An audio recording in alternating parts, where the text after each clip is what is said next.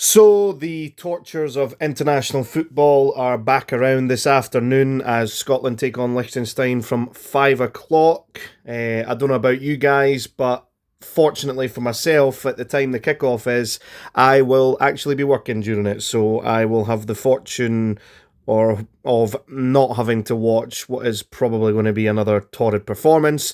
Of course, both Scott McTominay and Kieran Tierney pulled out of the squad yesterday with what is touted as injuries, but I don't know how much truth there is in that, or if they just were like, you know what, I've picked up a bit of a knock, or I'm feeling a wee bit tight, and I don't fancy getting injured before pre-season.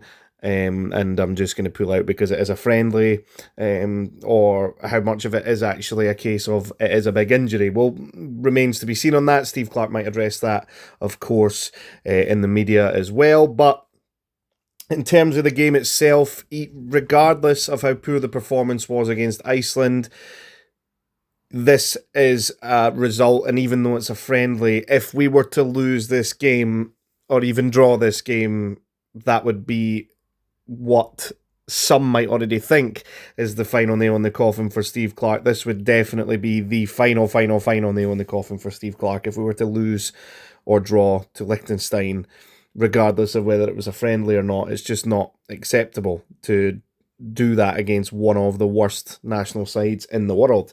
In terms of the starting 11, I think it should be mixed up a bit. I think you had some tired legs out there against Iceland. They've had a long season. And you've got some that, might be a little bit complacent and go, you know what, my place is secure in the squad no matter what. And I did think anyway, regardless of the team that started against Iceland, that this would be the game that would rotate in terms of the starting 11. I'm not going to make a starting 11 prediction for it. I just think that we should rotate, and basically it should be an entirely new team that starts. In terms of the goalie position, though, should Slicker get another go at it? It could be make or break. If he has a decent game, that could help his confidence.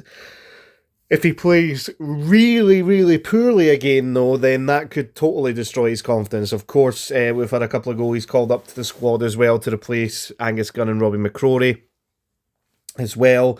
I don't know if you'll call up any replacements for Scott McTominay or Kieran Tierney, or just leave it. It is the day of course, so they would be a very late addition to the camp if that was the case.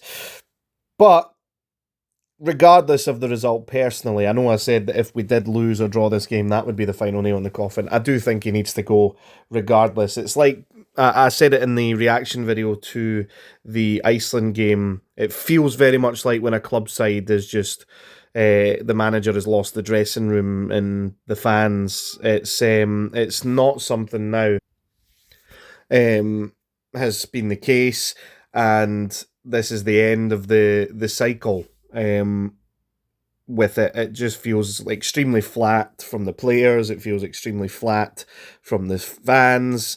And by the way, £40 to go and watch a friendly against Iceland is ridiculous. So no wonder there wasn't all the seats filled. I don't think all the seats would have been filled anyway. But in terms of new manager to bring in, of course, I sparingly mentioned Ange Postecoglou. And it seems a lot of people online have wanted Ange Postecoglou. Doesn't look likely, because Steve Clarke, there doesn't appear to be any backing from the SFA to sack the guy at the moment. But other than that, Ange's favourite to take over at AEK Athens at the moment, and then the Australia job is ahead. And Scotland, funnily enough, is the third most likely on the odds checker at the moment. But as much as I'd be delighted for that to be the case, I think he probably won't end up being Scotland manager, unfortunately. I just hope that the SFA sees sense and that we have a new manager in place for the World Cup qualifiers. A little bit of fresh ideas. I mean, it's a long time to be in charge of any job in this day and age, but it feels even longer when you're in international management, it seems. I just think his time's up. Thank you very much, Steve Clarke, for getting us to €2, but it feels like it's time for a change. In terms of the result, I mean, this should be a win, regardless of what team starts. So I'm going to go 3-0 Scotland. That might come back to bite me, and I might be not very happy on the Monday, but because I'm working, I can't do a match reaction. I can do a result reaction, I suppose, but I can't do a match reaction for the game because of being at work. So, thank you very much for the new viewers and subscribers. We passed 19,000 subscribers the other day, which is absolutely magnificent, and we're actually very close to 20,000 subscribers. So, thank you very much for that. If you are new around here, please consider checking some of the other content on the channel out, and I'll catch you in the next one.